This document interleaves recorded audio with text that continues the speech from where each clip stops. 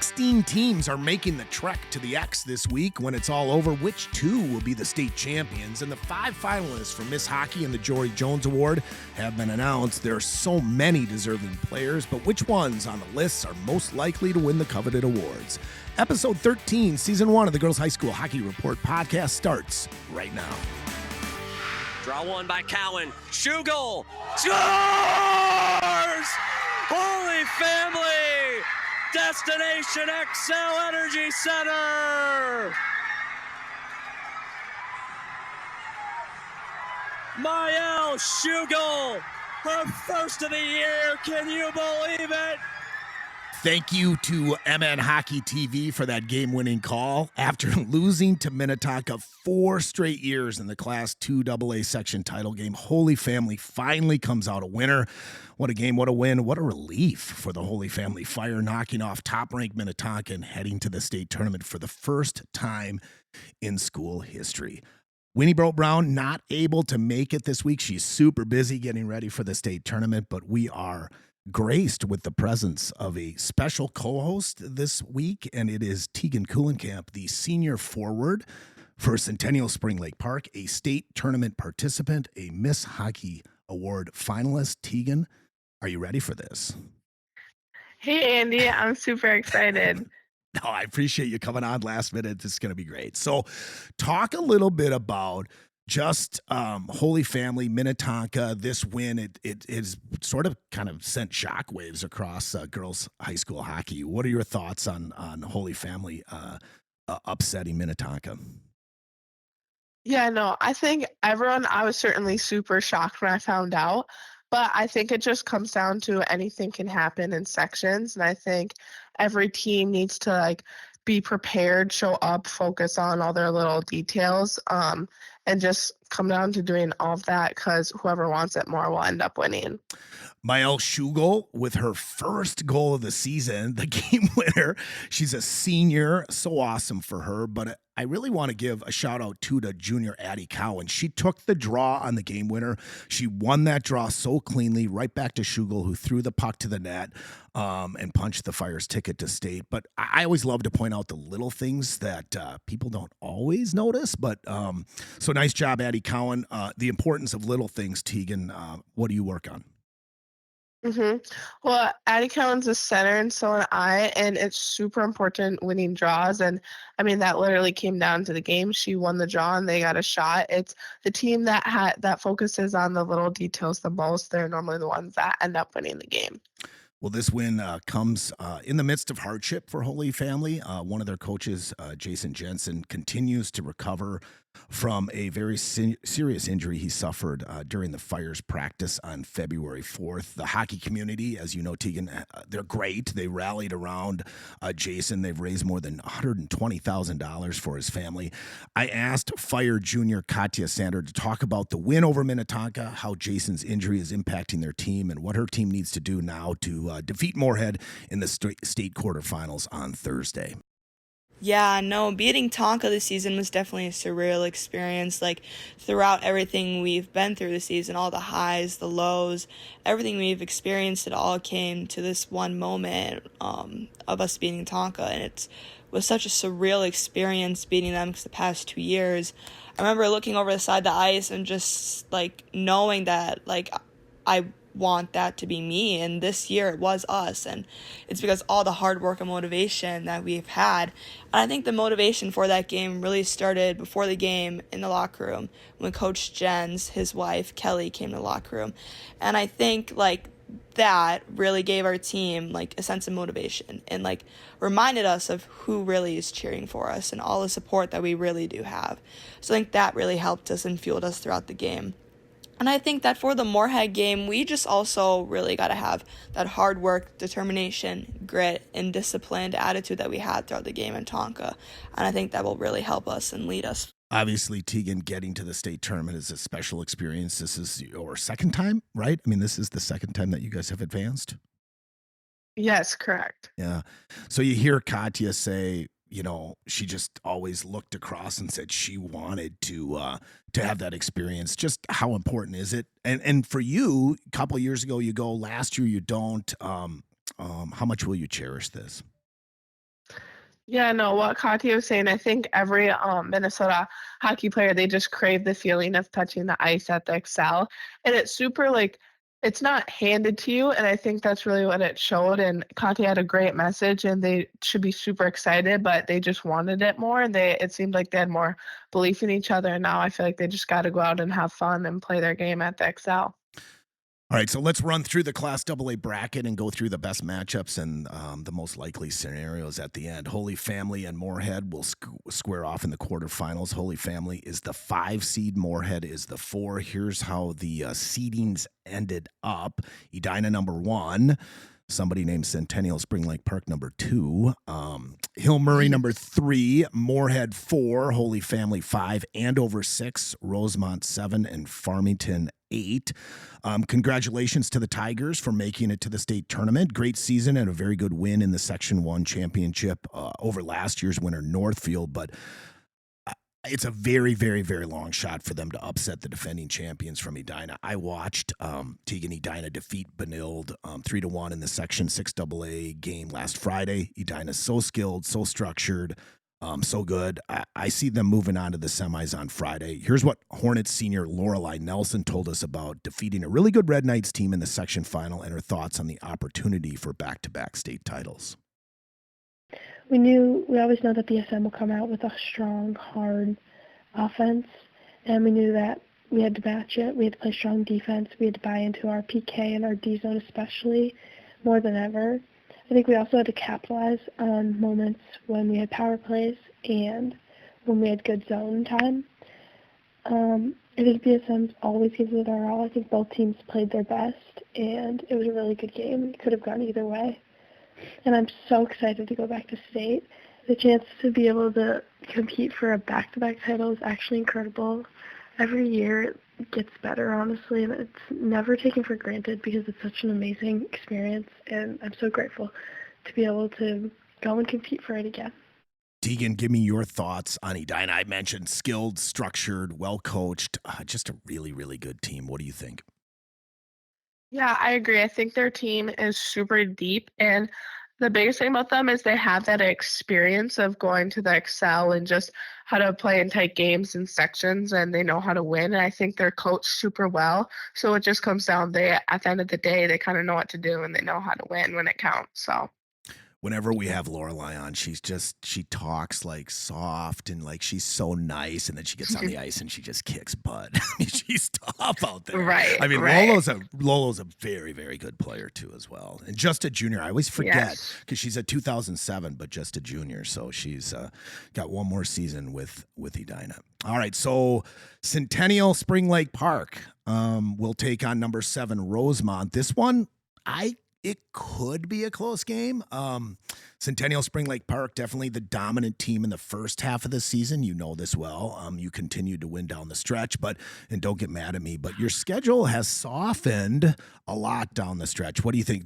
Winnie and I have talked about this the last, over this whole season. Is this a good thing? Do you like the way your schedule was, where it was sort of front end loaded with really tough teams and then not so much down the stretch? What are your thoughts on that?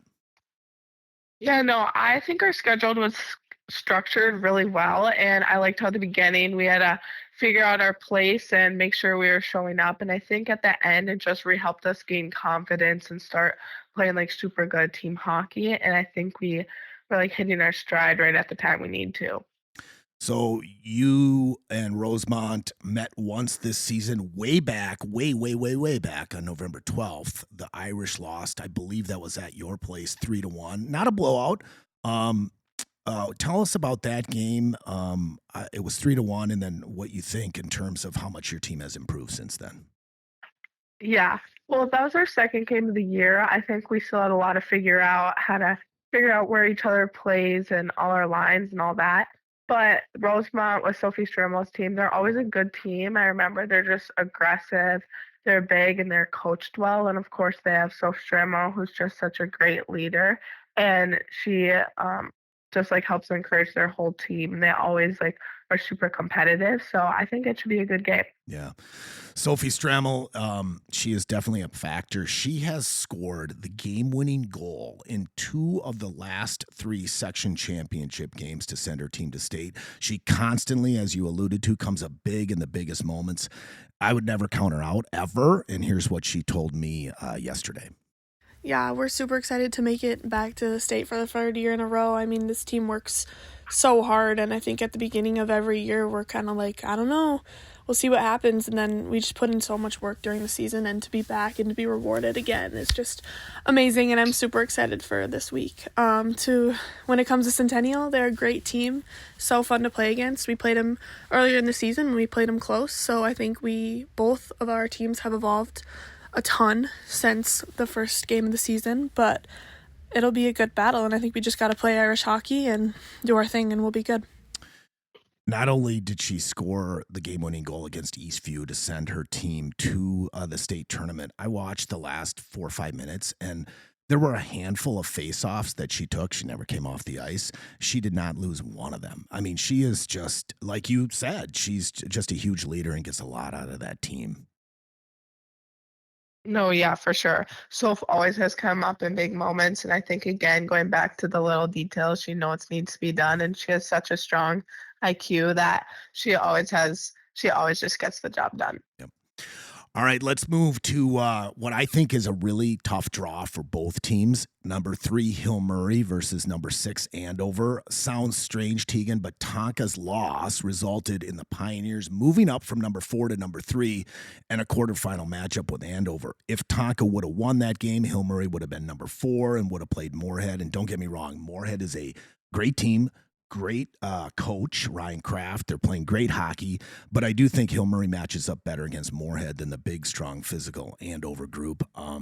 These two teams split this season. Andover defeated Hill on December 20th, 5-2, and then Hill Murray defeated the Huskies 2-1 on January 24th. Should be another good one. What do you think? You know both of these teams well. What are your thoughts on this matchup? Wow, it's such, honestly, a bad luck of the draw that they both have to play each other once again. But I think, honestly, it just makes it more exciting. Like, this is state hockey. Like, it should make you super excited, and both teams are good. And, like, everyone should want to play against the best competition. Like, here it is handed to them.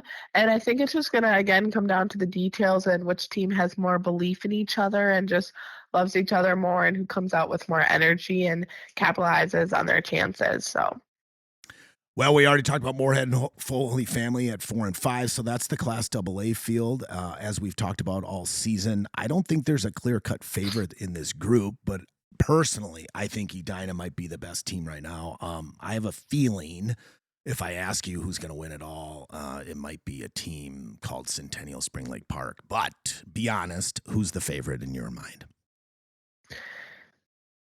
Personally, I think the favorite is Centennial-Spring Lake Park. Shocking. Yeah, no, you guys, you're a very, very good team too. But the field, I mean, if you look at it, I think I would not be surprised if any of the top 5 or 6 teams won this thing.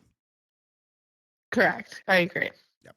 All right, I won't put you on the spot anymore. All right, but we are going to, I guess I am kind of going to put you on the spot because before we move to the Class A brackets, let's talk about the 5 finalists for the Miss Hockey Award. And give me your thoughts on the list. Congratulations, of course, to you, Centennial-Spring Lake Park senior Teagan Kulenkamp. And I didn't know this. I was looking at stats. 44 assists this year and 70 points this season alone. Do you? I would often tell both of my kids that play hockey that I would love to see them lead their team in assists even more than goals, and 44 assists is a lot. So congratulations on that. How much do you pride yourself on setting people up and getting those apples? Yeah, thank you so much.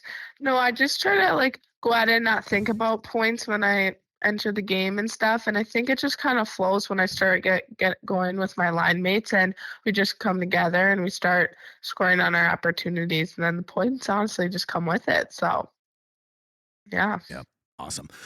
So I didn't even run down the 5, but it's Teagan Kulenkamp, Michaela Moran, Apple Valley, Mackenzie Jones Andover, Sophie Stramel Rosemont, and Mercury Bischoff from Grand Rapids.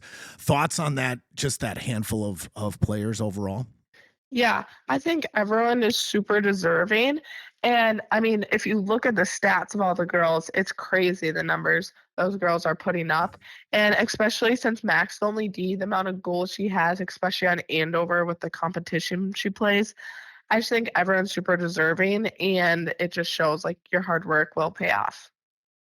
Yep, I like them all. I mean, Mercury Bischoff, I've been watching all these girls I've watched since, 6, 7, 8 years, and Merc is so smooth and so smart. She's always kind of a step ahead in terms of her IQ.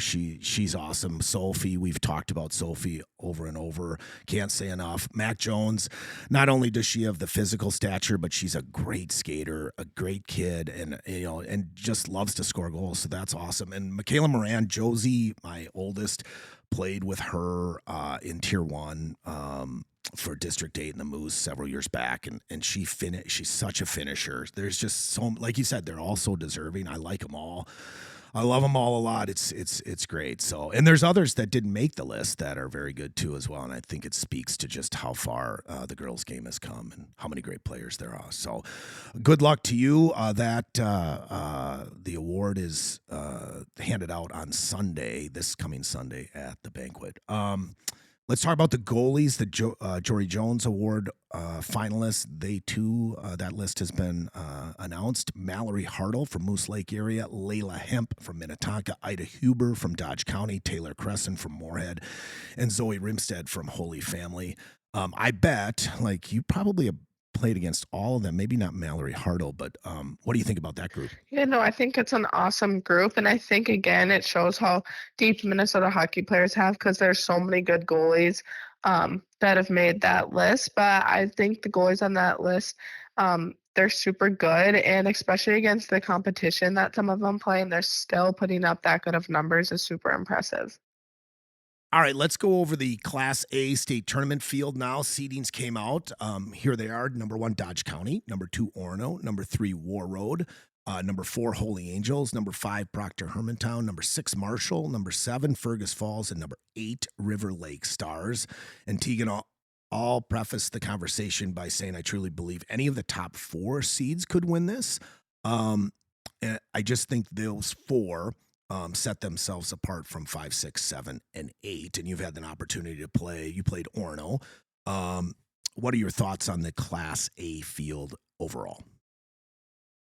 Yeah, I think I agree with you that the top 4 teams, I think they're a little bit more deeper and they all normally have that experience of the state tournament and they know how to win. So I think that's super important going into the tourney. And I think they all do have really good goaltending. So I think it just comes down to who's scoring in the moment and who's capitalizing and focusing on all the little things and just having belief in each other and having fun. And we'll see who ends up winning. Well, if we play off that premise, that means Dodge County will face War Road on Friday afternoon in the semis. This is kind of a fun matchup, North versus South. And although War Road's tradition is unmatched in the state, Dodge County junior defender Alexa Van Stratton told me she's really proud to help put Southern Minnesota girls hockey on the map. Here's what she said about all things getting to the state tournament. Yeah, our team was just super excited and happy to make it back to the state tournament and represent Section 1 again. We're confident that if we just stick to our defense-first mentality and roll through lines and just grind teams down like we've been doing all season, that we'll continue to have success at state. We have great senior leaders that have just been super helpful with the younger girls, and they know how to hype the team up when we need it or calm our nerves when we need that. They just always know like when we need stuff and how to get us in the zone. And Coach Gunderson, he's puts in so much work with all our video and helping us perfect our systems and just getting us prepared to just do as well as we can at state. And yeah, overall, we had a super consistent season, and we just feel a lot more prepared than we did last year, just knowing what to expect. And yeah, we know if we do what we need to do we can have another successful run. So Teagan Alexis said two things that I think are interesting. One is the experience, right, of being at state already. So that's important. You know that. The second one was about senior leadership and about how, and I've coached high school sports for 6 years. And when I started, I didn't really value the importance of seniors and just how critical they are to having a good season, a good team. What do you think about the importance of, now that you are a senior, but when you think back the last 3-4 years, just how important it was to have great seniors? Yeah, having great senior captains is so incredibly important. When I was a freshman and sophomore, my senior captain was Lauren O'Hara, and she now plays at the Gophers. And she was such an amazing leader, and she just took everyone into consideration. And it's just super important having a great leader because they're the one person on your team that all the younger girls and incoming players that you need to have play good, they're all looking up to you. And it's all about setting a good example to all those girls. And I think it's super important. And it also comes down who has the best leaders that believe in their team and don't yell at each other and lead in the right way. Don't yell at each other. I got it. There's a book. It's called The Captain's Class. It's not really all that popular, but I found it a few years back because I was thinking about what really makes a great team. And this guy that wrote this book, he took a look at teams across all sorts of sports. I think there was volleyball, football, basketball, and he tried to figure out what the recipe was for success, what made these teams so good. And it wasn't, in the end, his conclusion wasn't it. They didn't have the best players. They didn't necessarily have the best facilities. They didn't necessarily have an easy or a tough schedule. What they had were great captains and true leaders. So I think it's worth reading, and but it speaks to what we're all talking about, because I just think it's just so important to have. So, and seniors are the key in this hierarchy of high school sports. So the other semifinal, again, if we go back to the premise that the top four are going to advance in Class A, it would be Orono and Holy Angels. I've watched both of them play. Orono is so deep with talent. The Lopez sisters, Maddie Kimbrell, Macy Rasmussen, Viv Anderson in goal. But I've also been impressed with Holy Angels. They're balanced. They have depth. And they have a great goalie. So you guys lost to Orono this year. How good are they, and what do you think about this matchup if it plays out the way we're predicting? Yeah. Again, I think Orono, they have that experience, and they have some really star, hardworking players on that team where you don't want to be the D in them forechecking you. So I think that's going to be super important for them, taking advantage of how fast their forwards can be and how skilled they are, and really just making sure they're capitalizing on their chances, because that's what they did against us. And I think that could go great for them. So. Well, these two teams played once this season back on January 10th. The game was pretty even. Shots were 30-25 in favor of the Spartans. Orono was won that game 3-1, but with an empty netter. So if this plays out, it's going to be anyone's game. Teagan, thank you so much for helping out all season long on this podcast. Thanks for coming in at the last second and co-hosting. I hope you had fun. I wish you the best this week. There's only one team that I want to win more, and that's Hill Murray. Only because I'm a little biased. But last thing I'll say, as you go into, because confidence is really important. Josie, my senior, who you played with and know well and will play with at St. Thomas, she was asked on the Youth Hockey Hub Report podcast, who's the toughest player to play against in high school, and she said Teagan Kulenkamp. So I want you to think about that going into this to the state tournament. Yeah, no, that's super exciting to hear from Joe's. And yeah, I think it'll be I just can't stop laughing. That's so funny from her. Why is that funny? She said it's true, Dad. I mean, why is that funny? No, yeah, probably. Well, I don't want to play against Scoogs either, and I have 4 years of that. So well, she'll be on your team at St. Thomas. So well, good luck this week, and good luck in the banquet on Sunday. Hopefully you come out as the Miss Hockey Award winner as well. And thanks for all you've done. Yeah, thank you so much for having me on. Thank you.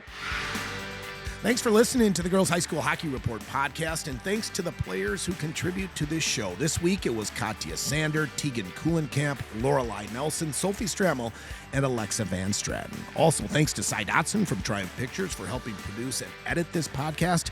Enjoy the state tournament, and don't forget to share this episode with friends, family, and fellow fans. Thanks for listening, and hopefully I'll see you at the X real soon.